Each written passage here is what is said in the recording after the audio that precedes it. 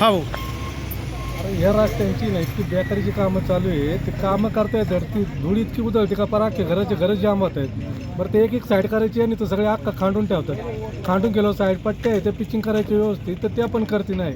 त्याच्यामुळे ही अशी परिस्थिती होती. त्यांना जी सगळी कामं एक बाजू पूर्ण क्लिअर करून मग खांडून दुसरी बाजू. नेमकं काय घडलं इथं? इथं काय आलं ट्रॅक्टर 2 गाड्या डबल गाडी बसत नाही व्यवस्थित. त्यांनी साईडनी जी पिचिंग केलेली आहे ती व्यवस्थित केली नाही. त्याच्यामुळे याने थोडी साईडला घेतली तर ती याची ट्रॉली अख्खी खाली तिकडला बसली पिचिंग न केल्यामुळं. आता ते थोडे कमी राहिले नाही तर पलटी झाली असती तर ते ड्रायव्हरचा जीव सुद्धा गेला असता त्याच्यात. ते हे त्यांनी कामं करताना एक बाजू क्लिअर करून व्यवस्थित केलं पाहिजे ना. साईडने रस्ता व्यवस्थित काढून दिला पाहिजे. आता अर्धा रस्ता खोदला अर्धा तासाची ही अशी परिस्थिती आहे यांची. मरणाची धूळ आमच्या घरांमध्ये फार धूळच्या धूळ जात ती.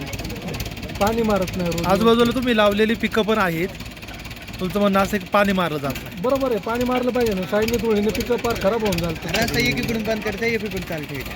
काय म्हणे दादा? अहो आता हे रस्ता आता चालू आहे का नाही, आता इकडून चालू आहे आणि तिकडून बंद आहे. मग तिकडून बी चालूच ठेवायला पाहिजे. मग काही गाड्या काय करतात इकडे येतात आणि मग ते अजून वळून जातात. त्यापेक्षा मग त्यांनी काय केलं पाहिजे की पुढूनच स्टॉप करून अशी बांधून तरी ठेवायला पाहिजे. म्हणजे इकडे रस्ता बंद आहे ते लोकांना समजलं पाहिजे. जवळजवळ महिना आलाय काढून ठेवलंय तर बरावा नाही काही नाही तर काढून ठेवलंय. बराव करून घ्या ना तुम्ही. बरोबर ना असतं रस्ता ती बाजू पण चालू आहे ना. नुसतं काढून ठेवतात इथे नाही लोक डोकवायला. अशी परिस्थिती आहे यांची. कोण असं संबंधित ठेकेदार कोण असतं? काय बदली होते गाडीमध्ये दुसरे असतात माहित नाही. तुम्ही बोलत नाही का त्यांना कोणला? त्यांना पाठीमागे सांगितलं तुम्ही हे करा त्याला पाणी मारा व्यवस्थित पटकन करून घेता यार.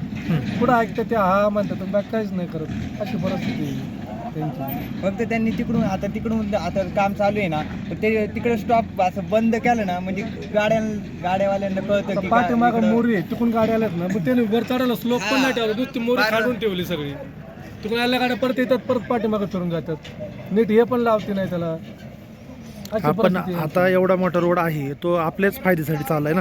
थोडंफार सहकार्य आपलं करावं लागणार आहे. सहकार्य करायला कोण आता आमच्या जमिनी गेल्या आता आमचं सगळं हे गेलं आम्ही त्याबद्दल काय म्हणत नाही ना. पण तुम्ही गैरसोय करू नका ना. घराकडे जायचे रस्ते याचे रस्ते त्याच बाबतीत नीट व्यवस्थित केलं पाहिजे. आता तसं जर बघितलं तर इस्टिमेट प्रमाणे किती फुटी रोड आहे? आता हा त्यांचं जवळ 9 मीटरचं निवळ कॉन्क्रीट आहे. 1.5 मीटरच्या साईडचे हे साईड पट्ट्या आणि त्याच्या पलीकडे गटर आहे. अशी परिस्थिती. टोटल 12 आहे. हा बरोबर. तर का त्यांनी खांडले त्या हिशोब त्याबद्दल आम्हाला नाही काय म्हणायचं. तुम्ही रस्ता करताना व्यवस्थित करा ना. गैरसोय करू नका कोणाची. एक बाजू नीट व्यवस्थित करून घ्या हे म्हणणं आहे आमचं ना. रस्ता करायबद्दल काय आमची दुमत नाही अजिबात. तुम्ही करा चांगलीच गोष्ट आहे ना. आणि या अशा पद्धतीने जर होत असेल तर काय त्याचा उपयोग नाही ना.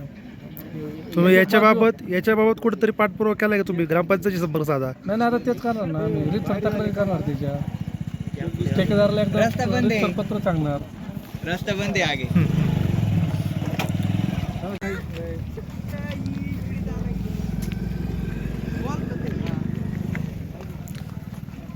मोर्चा टाक बात करून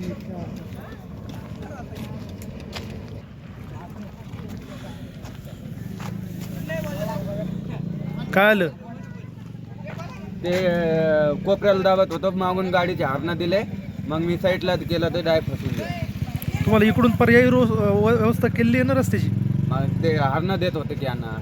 आपण आता पुढं रस्त्याचं काम चालू आहे, पाट्या लिहिलेले आहेत. हां आता काय मागून हारणं देत होतो की त्याच्यामुळं मी साईडला दाबलो. बरं ठीक आहे. आता कोणाला फोन केलाय का? हा केलं आहे भाऊला केलं. आता वाहतूक विस्कळीत झाली. कोण येते आता? भाऊ येतोय ना.